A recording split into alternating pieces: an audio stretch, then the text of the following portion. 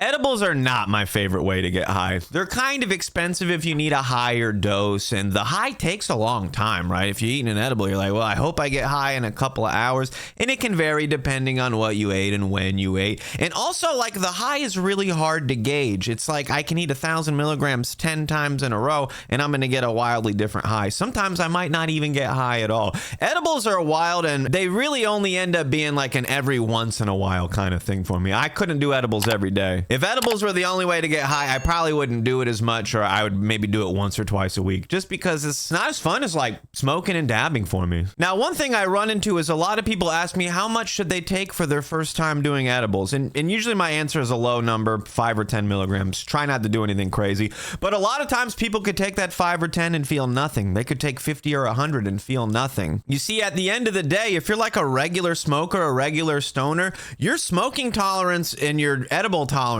are just wildly different. They almost don't have much of a correlation if you're a daily stoner.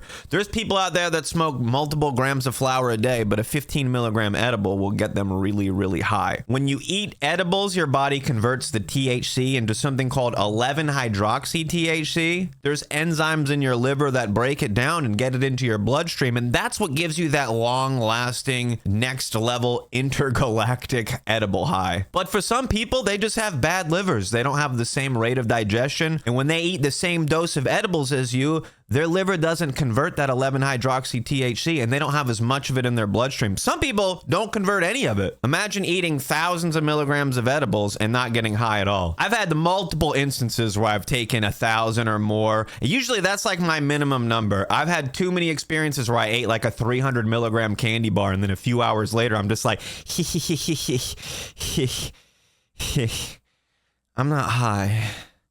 That costs like $34. Like, edibles are expensive. Many times I've had a $30, $40 edible experience where I just didn't feel the high. And I'm like, bro, I could have went and got like 2 grams of some cheap shatter and did a 1 gram dab and had plenty of dabs left over to dab the rest of the day. And I would have got way higher than however high I was planning to get off of the edibles. Actually, I've been uploading some videos to that green website that rhymes with the word humble, and it happens to start with the letter R. Anyway, if you go to Cewpins.com, it should take you right to the place where I have new videos. And I uploaded an old 2,000 milligram edible mukbang. It was kind of interesting to see like all the old edibles and stuff I had in there. But just looking back on that 2,000 milligram edible mukbang, I had like so many different edibles, and it was like hundreds and hundreds of dollars in edibles. At the time, I was planning on doing that video, so I was waiting for sales or waiting for like freebies and stuff like that to build up a variety of edibles.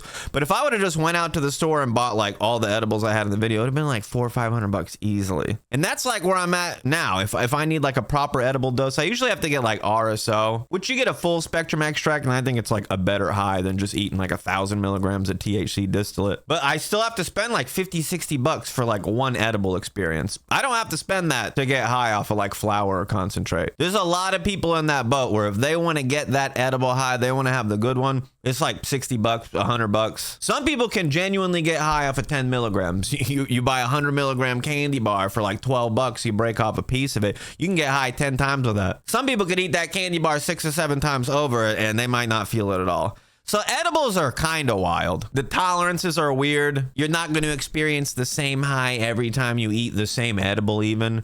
Even with smoking, you're not going to get the same high off of every hit, but it's a lot closer. It's a lot easier to gauge, and you can really have expectations for it because the whole experience is just more predictable overall. Like, I can't tell you how many times I'm like, bro, the edibles should have hit by now. Bro, the edibles should have hit by now. And then like an hour or 2 later, they hit. Like, it's not 2 hours every time or whatever you think it is, or 90 minutes every time. Sometimes it takes 4 hours to kick in. Some people genuinely have slower digestion rates than you, and it takes them 6 hours to feel edibles. Some people even longer. I've had some experiences where I ate edibles, didn't feel them, and then the next day when I woke up, I was high. And high for a long time. It wasn't like it was coming down or wearing off. I was high for like 6 or 8 hours, and I'm like, I'm getting a full edible high first thing in the morning, and I didn't feel anything last night. I want to hear from you guys, though. Leave me a comment. Tell me the highest milligram dose that you've ever taken where you just felt nothing. I've done 1,000 milligrams before where I didn't feel anything. I usually try to do a little bit over just in case. But also, that's a lot of eating. mukbang. Like my 2,000 milligram edible mukbang that I posted on Cewpins.com. It's like a long video and it's cut too. I'm cutting out just like minutes and minutes and minutes of me chewing gummies and cookies and